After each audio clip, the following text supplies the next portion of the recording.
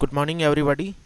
Welcome to the mathematics lecture for class 11th। Class 11th के mathematics के lecture में सभी स्टूडेंट्स का बहुत बहुत स्वागत है। आज की इस वीडियो में हम बात करेंगे कुछ स्टूडेंट के द्वारा पूछी गई प्रॉब्लम्स को लेकर। कुछ स्टूडेंट्स ने मेरे को डाउट्स वगैरह सेंड किए हैं कॉम्प्लेक्स नंबर या जो हमारा सम्मिश्र संख्या टॉपिक चल रहा है। पहले तो मैं वो डाउट्स लेता हूँ और उसके बाद में जो है वो कुछ प्रैक्टिस क्वेश्चन और कंटिन्यू करते हैं। क्लास 11th की स्टूडेंट सुनीता ने एक क्वेश्चन जो है वो हमारी एप्लीकेशन में सेंड किया है। क्वेश्चन नंबर 2 जो मिसलेनियस एक्सरसाइज है, विविध प्रश्नावली, उसका ये क्वेश्चन है कि for any two complex number z1 and z2 prove that real part of z1 z2 is equals to real z1 into real z2 minus imaginary z1 into imaginary z2। काफ़ी अच्छा question है, थोड़ा सा लेंदी तो है but इसको समझ लेते हैं कैसे इस क्वेश्चन को जो है वो हमें सॉल्व करना है। क्वेश्चन में प्रूव क्या करना है वो पहले मैं लिख देता हूँ यहाँ पे। क्वेश्चन में आपसे बोला है कि real part of z1 z2 जो है ना, वो आपसे बोलता है कि ये इक्वल होगा real part of z1 into real part of z2, similarly minus में imaginary part of z1 into में इमेजनरी पार्ट ऑफ z2। ये आपसे क्वेश्चन में प्रूव करने के लिए बोल रहा है। ये हमारे एनसीईआरटी का ही क्वेश्चन है। कैसे इसको सॉल्व करना है देख लिए, सॉल्व करते हैं इसको। इसका सॉल्यूशन जो है वो ये होगा कि सबसे पहले हमें एक कॉम्प्लेक्स नंबर कंसिडर करना पड़ेगा, मानना पड़ेगा। माना कि z1 is equals to x1 plus iota y1, और सिमिलरली आप z2 जो है वो लिख सकते हैं x2 प्लस आयोटा y2।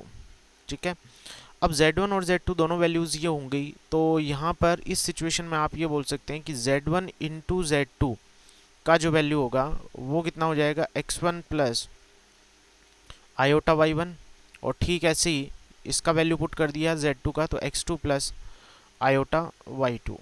ठीक है, यहाँ आयोटा है, ठीक से लिख लेते हैं पहले। ठीक है, दिस इज आयोटा y2, तो यहाँ ये आयोटा y2 हो गया। यहाँ से कुछ चीज़ नोट आप कर सकते हैं कि एक तो रियल पार्ट ऑफ z1 जो है वो आपके पास x1 होगा, ठीक है। ऐसे ही रियल पार्ट ऑफ z2 जो है वो x2 होगा। ठीक है, real part of z2 x2 होगा। सिमिलरली आप इमेजनरी पार्ट ऑफ z1 जो है वो बोल सकते हैं y1, और similarly imaginary part of z2 जो है ना वो आपके पास y2 होगा। ये कुछ चीज़ें पहले से नोट करके रखिए। आप यहाँ से ऑब्जर्व कर सकते हैं कि z1 का रियल पार्ट क्या है, z1 का इमेजनरी पार्ट क्या है।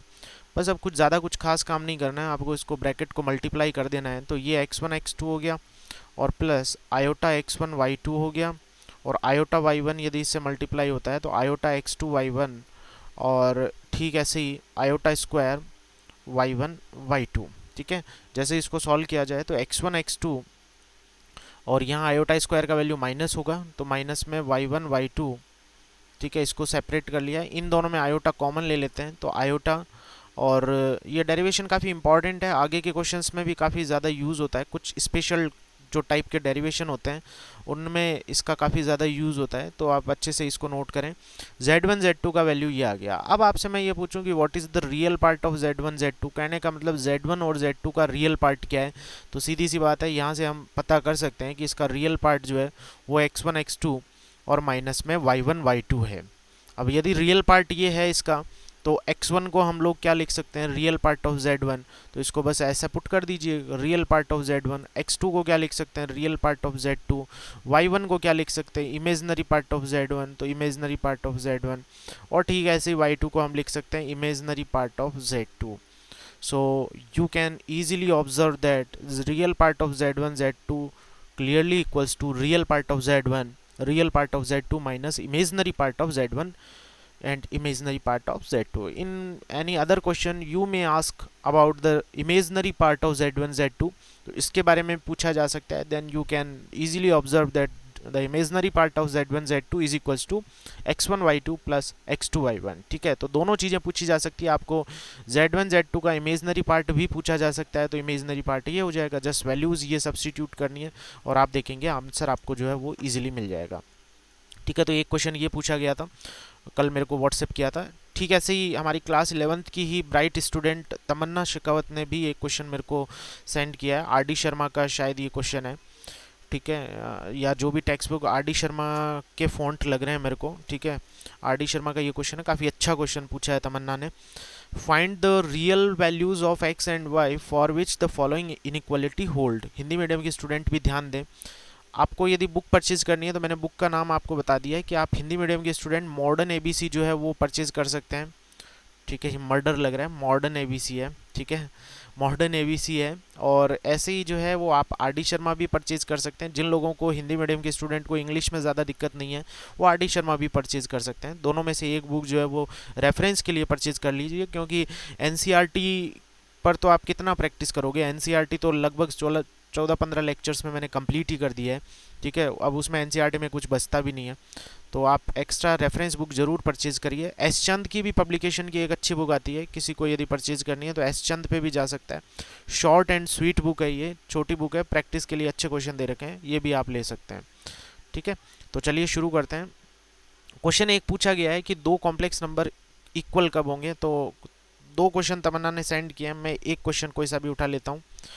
तो ये क्वेश्चन पहले देख लेते हैं, दूसरे का भी हिंट दे दूंगा यदि टाइम बचेगा तो। फर्स्ट क्वेश्चन जो है वो आपको दे रखा है कि यदि 1 plus iota into Y square, ठीक है, और प्लस में 6 plus iota is equals to 2 plus iota into X, then you have to find the value of x and y, and you are given that this inequality always holds, है ना।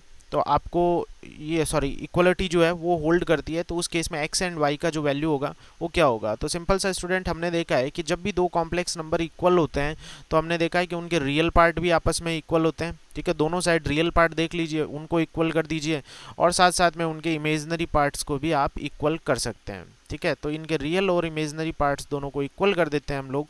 तो देखते हैं, पहले तो इसको सॉल्व करना पड़ेगा। यहाँ ये होगा कितना, वाई स्क्वायर, हम मल्टीप्लाई करते हैं, और ठीक ऐसे iota Y square and plus 6 plus iota is equals to 2x हो गया, और प्लस आयोटा x हो गया। ठीक है, आप देखेंगे जिसमें आयोटा नहीं है वो दो ही नंबर है, वाई स्क्वायर प्लस 6, और जिसमें आयोटा है उसमें दो नंबर है, एक तो वाई स्क्वायर, एक प्लस में 1। ठीक है, इज इक्वल्स टू आपको दे रखा है 2x प्लस आयोटा x। मैंने बोला है कि दोनों रियल पार्ट्स को इक्वल कर दें। रियल पार्ट्स को इक्वल करने का मतलब हो गया कि यदि हम इस साइड रियल पार्ट देखें तो ये इधर का रियल पार्ट हो गया, इधर का रियल पार्ट ये हो गया। तो यदि कंपैरिजन करा हमने तो वाई स्क्वायर प्लस जो 6 है ना वो इक्वल हो जाएगा आपका 2x के। ठीक है, रियल पार्ट के इक्वल होगा। सिमिलरली इमेजनरी पार्ट इमेजनरी के इक्वल होगा। तो इधर इमेजनरी पार्ट ये है ब्रैकेट वाला, और इधर इमेजनरी पार्ट केवल x होगा, ना कि आयोटा। ये मैंने आपको पहले ही बताया कि इमेजनरी पार्ट लेते हैं तो हम आयोटा को स्किप कर देते हैं, तो ये x यहाँ पे आ गया। ठीक है, दो इक्वेशन बन गई, इन दोनों को अब हमें सॉल्व कर लेना है। और इनको यदि सॉल्व किया जाए तो कैसे सॉल्व करना है कि यहाँ से आप x का वैल्यू यहाँ दूसरी इक्वेशन में पुट कर दीजिए। तो आप देखेंगे Y square plus 6 is equals to 2 into X, X का वैल्यू वाई स्क्वायर प्लस 1। ठीक है, तो ये बन जाएगा Y square plus 6 is equals to 2 Y square और प्लस में 2। ठीक है, और ये बनेगा Y square is equals to 4। जैसे ही आप इसको सॉल्व करते हैं तो y is equals two plus minus 2 आएगा। दोनों सॉल्यूशन लेने हैं, प्लस 2 को ही नहीं लेना है आपको, दोनों सॉल्यूशन लेने हैं, एक तो प्लस 2 एंड एक दूसरा माइनस 2। यहाँ ध्यान रखना, ये एक फिर से नोट होता है कि जो अपन complex number z is equals to x plus i y लिखते हैं ना, इस x प्लस आई वाई में ये रियल नंबर है, ये आयोटा वाई पूरा का पूरा इमेजनरी नंबर है। लेकिन केवल x और y की बात की जाए ना तो स्टूडेंट्स ये ध्यान रखना, ये हमेशा रियल नंबर होते हैं, वास्तविक संख्याएं होती है। ठीक है, यदि केवल x एंड y की बात की जाए तो वो हमेशा वास्तविक संख्याएं होगी। ठीक है, अब ये y का वैल्यू यहाँ यूज़ कर लिया जाए, तो यहाँ यूज़ कर रहे हैं हम दूसरी इक्वेशन में, या इसमें किसी में कर लो बोलिए, कोई फ़र्क नहीं पड़ता। तो if y is equals two plus 2 तो हम x निकालते हैं, इसी इक्वेशन को मैं यूज़ करता हूँ। तो इसमें y इज इक्वल्स टू मैं माइनस 2 रख देता हूँ, तो x का वैल्यू कितना हो जाएगा 5। और सिमिलरली यदि मैं y का वैल्यू यहाँ से माइनस 2 यूज़ कर लेता हूँ तो फिर से x का वैल्यू स्क्वायर करने पे कोई फ़र्क नहीं पड़ेगा, 5 ही आएगा। ठीक है, तो हमने ये x और y की वैल्यूज़ निकाल ली जो इस इक्वेशन को सेटिस्फाई करती है। अब आई होप आप आंसर चेक करना, ये मैच हो जाना चाहिए। यदि मैच नहीं होता है तो एक बार फिर से चेक कर लेना, यदि मैंने प्लस माइनस का जो है वो हिसाब ठीक किया यहाँ पे हर जगह, तो क्वेश्चन का आंसर यही बनना चाहिए। ठीक है, स्टूडेंट तमन्ना ने मेरे को आंसर सेंड नहीं किया, तो जब भी आप कोई क्वेश्चन डाउट सेंड करें ना, तो अगली बार से आप प्लीज़ आंसर भी मेंशन करें, ताकि मेरे को ध्यान रहे कि क्वेश्चन में तो कोई मिसप्रिंटिंग नहीं है ना। कभी कभी ऐसा भी हो जाता है कि आपने भी यही सॉल्यूशन किया हो और क्वेश्चन ही मिसप्रिंटेड हो, तो उस चक्कर में बिना मतलब टाइम भी वेस्ट हो सकता है। ठीक है, तो आप आंसर भी सेंड किया करें मुझे। ये क्वेश्चन नंबर 1 था। सिमिलरली एक क्वेश्चन नंबर 2 और देख लेते हैं, इसी का सेकंड पार्ट है, वो भी अच्छा क्वेश्चन है। क्वेश्चन नंबर 2 देखिए। क्वेश्चन नंबर 2 में आपको दे रखा है, क्वेश्चन नंबर 2 एक बार लिख लेते हैं। क्वेश्चन नंबर 2 में दे रखा है कि कॉम्प्लेक्स नंबर का इक्वेशन है, x4 है और प्लस 2x आयोटा है, ठीक है, माइनस 3x², ठीक है, और प्लस iy है। ये इक्वल है, उसने दे रखा है 3 - 5 आयोटा के। I think this is the question taken from the R D Sharma book. 1 + 2 iota y, ठीक है, ये क्वेश्चन उसने दे रखा है। अब यहाँ पर फिर से इसका सॉल्यूशन हमें चेक करना है, तो what will be the solution. तो हमें पता है कि दो कॉम्प्लेक्स नंबर इक्वल दे रखी है, तो इक्वल तो तभी होंगे जब उनका real and imaginary part equal हो। तो यहाँ से रियल पार्ट अलग करते हैं, तो एक तो x4 हो गया, एक -3x² हो गया। और बाकी आयोटा में देखें तो एक तो आयोटा का इधर 2x था और इधर माइनस जाएगा अंदर, तो -y हो जाएगा। स्टूडेंट गड़बड़ कर देते हैं, यहाँ पे प्लस ही लगा देते हैं, ध्यान रखें यहाँ माइनस दे रखा है बीच में। और इधर भी यही काम किया हमने, तो 3 + 1 4 हो गया, और प्लस में और आयोटा इधर अलग किया, तो आयोटा के साथ में एक तो -5 जाएगा, एक 2y जाएगा।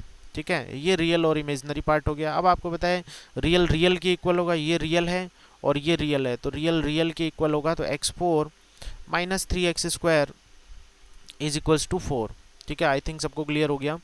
सिमिलरली जो है वो यहाँ से आपने इक्वल किया इसको, तो यहाँ इक्वल करते हैं, तो ये बनेगा 2x - y is equals to -5 + 2y। Imaginary imaginary के इक्वल हो गया, तो 2x - 3y is equals to -5। ये एक इक्वेशन आ गई, इधर ये इक्वेशन आ गई। अब इसको सॉल्व करना है हमें, तो x4 - 3x² - 4 is equals to 0। ठीक है, तो आप इसको फैक्टराइज करेंगे, तो फैक्टराइज जो है वो कितना हो जाएगा इसका फैक्टराइजेशन, x4 माइनस ये बनेगा कितना, माइनस इसके फैक्टर किया तो -4x² + x² -4। आई थिंक मैंने फैक्टर सही किए हैं, -4x² - 3। ठीक है, मैंने सही किया फैक्टर। x² कॉमन लिया तो x² - 4 हो गया, और यहाँ पर 1 कॉमन लिया तो ये बनेगा x² - 4 इज इक्वल्स टू 0।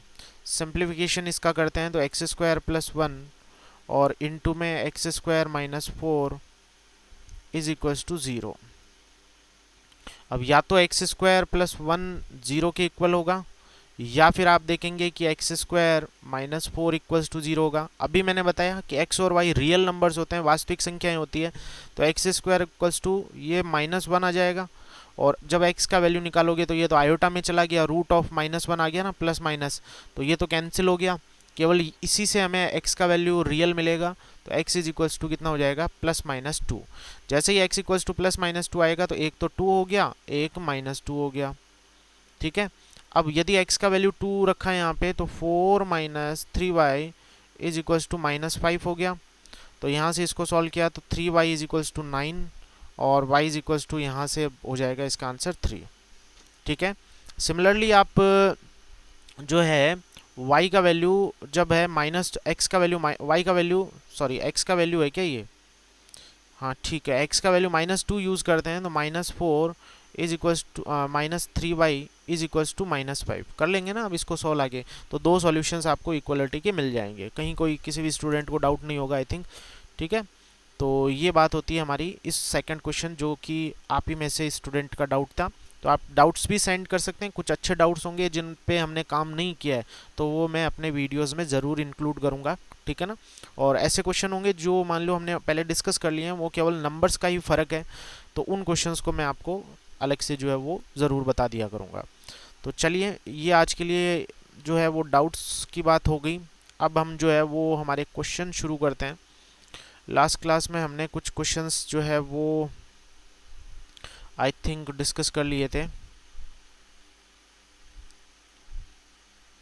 उन्हीं में से कुछ क्वेश्चंस कंटिन्यू करते हैं, कुछ देख लेते हैं, एनसीईआरटी देख लेते हैं। आज एनसीईआरटी की लास्ट क्लास कर लेते हैं, ठीक है। जो डाउट्स होंगे वो कंप्लीट ही कर लेते हैं ताकि एनसीईआरटी का झंझट ख़त्म हो और हम लोग जो है वो फ्रीली कुछ अच्छे क्वेश्चन कर पाएँ, ठीक है। थोड़ा सा इंतज़ार करिए। आज एनसीईआरटी के जितने भी डाउट है वो मैं मेरी तरफ से बता देता हूँ, फिर आपको जो डाउट हो ना वो आप लोग अलग से जो है वो और मेरे को बता देना, ठीक है। एनसीईआरटी बुक जो है वो हम लोग कर लेते हैं। This is your NCERT book, ठीक है। शुरुआत की दोनों एक्सरसाइज में तो दिक्कत है नहीं, ठीक है। मिसलेनियस एक्सरसाइज में कुछ डाउट्स होंगे, ये डाउट्स तो मैंने बता दिए हैं, आपको करवा दिए हैं, ठीक है। अच्छा, एक क्वेश्चन ये बनता है यहाँ पर, ठीक है। ये वाला क्वेश्चन, ये क्वेश्चन देख लेते हैं, है ना। ये क्वेश्चन अच्छा क्वेश्चन है, इनमें डाउट हो सकता है इस क्वेश्चन में। 1 minus iota to the power x, ठीक है। 1 minus iota to the power x और is equals to 2 power x, इसका सॉल्यूशन आपको निकालना है। लेकिन एक लाइन उसने दे रखी है कि इसका जो सॉल्यूशन है वो किस टाइप का होना चाहिए, नॉन ज़ीरो इंटीग्रल सॉल्यूशन होना चाहिए। हिंदी मीडियम के स्टूडेंट देखें, नॉन ज़ीरो इंटीग्रल का क्या मतलब होता है। नॉन ज़ीरो इंटीग्रल इसका मतलब होता है अशून्य पूर्णांक, है ना। अशून्य पूर्णांक मतलब इसका जो हल है वो इस टाइप का आना चाहिए कि जो ज़ीरो नहीं हो। अशून्य को हम ज़ीरो बोलते हैं ना, तो नॉन ज़ीरो इंटीग्रल का मतलब ये हो गया कि अशून्य पूर्णांक, यानी इसका जो सॉल्यूशन आएगा, कितने ऐसे सॉल्यूशन होंगे जो ज़ीरो को छोड़कर प्राप्त होते हैं, ठीक है। कितने ऐसे सॉल्यूशन आएंगे जो ज़ीरो नहीं है और साथ साथ में वो पूर्णांक भी है, ठीक है। तो चलिए क्वेश्चन लिखते हैं और इसको बनाते हैं। क्वेश्चन को क्या इसका सॉल्यूशन जो है वो करना होगा। क्वेश्चन में ये दे रखा है, ठीक है। 1 minus iota to the power X is equals to 2 power x, ठीक है। इसने पूछा नॉन जीरो इंटीग्रल, ठीक है, non zero integral solution. Hindi में बोलें तो अशून्य होना चाहिए, मतलब जीरो नहीं होना चाहिए, और साथ साथ में पूर्णांक भी होना चाहिए। अशून्य पूर्णांक हलों की संख्या क्या होगी वो हमें बताना है। तो बहुत सिंपल सा काम करना है कि आपको बताए कि 1 माइनस आयोटा का मॉड्यूलस करें। तो 1 माइनस आयोटा का जो मॉड्यूलस है वो आप सभी स्टूडेंट जानते हैं क्या होगा। 1 माइनस आयोटा का मॉड्यूलस होगा root of 1 plus 1 whole power X is equals to 2 power x, ठीक है। अब ये कितना हो जाएगा, यहाँ पे रूट 2 है तो 2 पावर 1/2 हो जाएगा, whole power X by X है ही यहाँ पे, is equals to 2 power X as it is यहाँ पे चल रहा है। किसी स्टूडेंट को कोई डाउट नहीं होगा, इन दो लाइन मैंने लिखी है यहाँ पे, ठीक है। अब जैसे ही आपको ये पता चल गया तो यहाँ पे 1/2 और x मल्टीप्लाई हो जाएगा, 2 पावर x/2 हो जाएगा, ठीक है, is equals to 2 power x हो गया। सॉल्व हो गया, किसी स्टूडेंट को कोई डाउट नहीं है, ठीक है। अब ये 2 पावर x इसके अपॉन में आ गया तो 1 बन गया यहाँ पे, और ये 2 पावर x सही। इस लाइन को आप अच्छे से देख लें, हालांकि आप सभी लोग 10th पास है, बट मेजरली स्टूडेंट को डाउट होता है कि यहाँ 1 कैसे लिखा। तो 1 मैंने ट्रांसफ़र नहीं किया है, 1 को अपॉन में भेजा है, अपॉन में भेजा है तो यहाँ 1 क्रिएट होगा। यदि मैं इसको उधर पक्षांतरित करता, ट्रांसफ़र करता, तो यहाँ 0 क्रिएट होता, ठीक है। इसी लाइन से आगे लिख देते हैं। यहाँ दोनों 2 जो है वो इनका आधार समान है, बेस इक्वल है, तो पावर्स माइनस हो जाएंगी। तो x में से x/2 चला गया, ये पावर माइनस हो गई, इज इक्वल्स टू 1 हो गया, ठीक है। किसी स्टूडेंट को कोई डाउट नहीं होगा यहाँ तक। तो 2 पावर x में से x/2 चला गया तो x/2 बचेगा, और 1 है तो 1 को हम लिख सकते हैं 2 पावर 0। आई थिंक सभी बच्चों को क्लियर हो गया होगा। अब यदि दोनों का बेस इक्वल है तो पावर्स की यदि कंपैरिजन करी जाए, तुलना करी जाए, तो x/2 का वैल्यू जो है वो 0 के इक्वल होगा, ठीक है। x/2 का वैल्यू 0 के इक्वल होगा, तो इसका मतलब x का वैल्यू 0 आएगा। आई थिंक सभी बच्चों को क्लियर हो गया होगा। x का वैल्यू 0 आएगा, x का वैल्यू 0 आएगा। तो उसने पूछा क्या है कि नॉन जीरो सॉल्यूशन यानी अशून्य पूर्णांक हलों की संख्या क्या होगी। तो हमने देखा इस समीकरण की तो एक ही हल आ रहा है हमारे पास, और वो हल कौन सा है, x is equals to 0। So we are getting the only solution which is equals to 0, ठीक है, केवल एक ही सॉल्यूशन मिला और वो भी जीरो है, जबकि उसने क्या पूछा है कि ऐसे हलों की संख्या बताओ जो जीरो नहीं है।